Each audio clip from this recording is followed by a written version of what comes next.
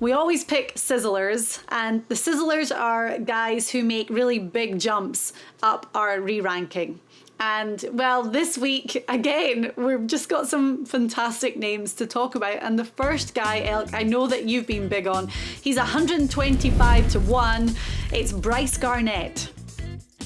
Yeah, I don't know much about Bryce Garnett, but when I've seen him play, I've seen his swing, Diane.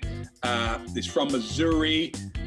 But when I look at what he has going for him, he's the sixth straightest driver we have out there on tour this week. He's 22nd in the up and down game, and he's right at the top in the 5-foot putting game. Diane, I don't know if this guy doesn't go out with Joel Damon before the tournament. I have no idea how he's not going to play well on this course. Okay, cool. I like it. His numbers are brilliant. And that's what we say, the way that we have all our stats broken up, he just jumped out immediately. So you see his numbers, then you look at his name and you're like, there's no way that we can't be big on this guy this week. That's correct. And, you're starting to get a trend here. We have no big hitters. We have no big crooked hitters in our teams, Diane. They're all control players. Yeah. Okay, the next Sizzler is a guy that I am very big on this week, and that is, again, a veteran player on the PGA Tour, but he loves this place. Charlie Hoffman. He won in 2016. He's been runner-up twice, 2011, and then in 2019 when Corey Connors went on to win.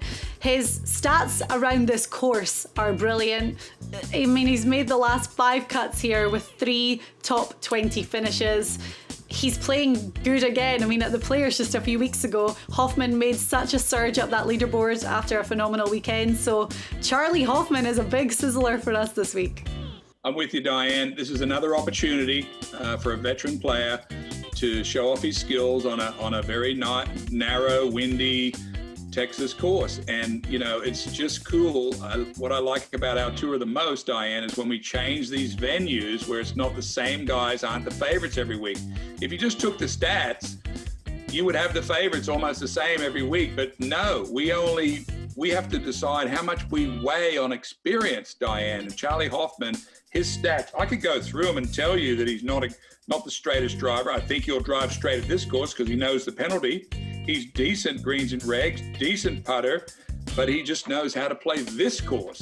And I think that's so important for people to understand when you handicap golf, that the stats, all of that is a percentage of the ingredient. And it's not just us, because he's 30 to 1 this week, so his odds have definitely been slashed for sure, but we're big on Charlie Hoffman. And then our final sizzler is a guy that lives in Texas, in the Fort Worth area, and he's another one that when we looked at the numbers jumped out before we even looked at his name, and then we were like, wait, he lives in Texas. But Brian Stewart is coming in as our third sizzler this week. If we were doing the Masters week this week and I said, Diane, who's the straightest hitter in the whole field? You'd say, well, that doesn't matter. We need distance at the Masters. Well, Brian Stewart is the straightest hitter that we have in this tournament this week. He is number 3 on the whole PGA Tour. And I am putting my stock in him this week as a sizzler, Diane, because he is going to be in these fairways. And I just think that's the whole key this week.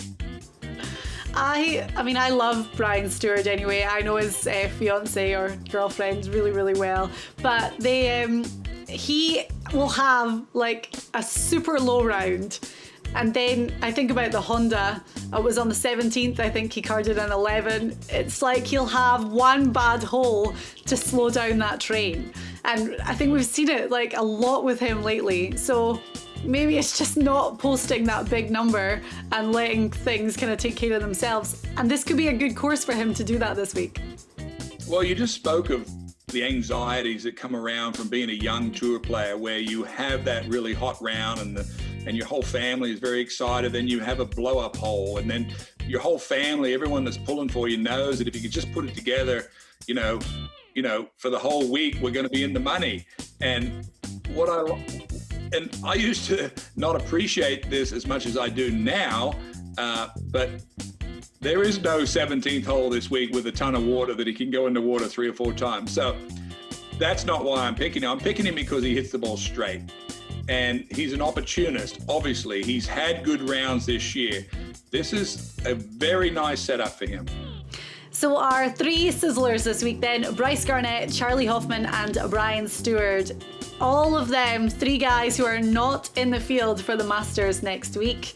So that's got to be a little bit of extra motivation. I mean, I know it is a motivating factor because I think of my brother, Russell Knox, who after the Honda missed the cut and was just rock bottom demoralized again, and came home and he was like, that's it, I'm having 3 weeks off, I need to chill and do nothing. And then randomly I was looking at something the other day and I'm like, he's in the field for the Valero. So it's a last ditch attempt, isn't it, for guys to get into Augusta National next week? It is, of course. They won't be thinking about that at all until you get your tee time on Sunday and you have a chance to win the tournament. So that'll be all in the back of their minds. This will be all about preparation, trying to learn how to play this tricky golf course.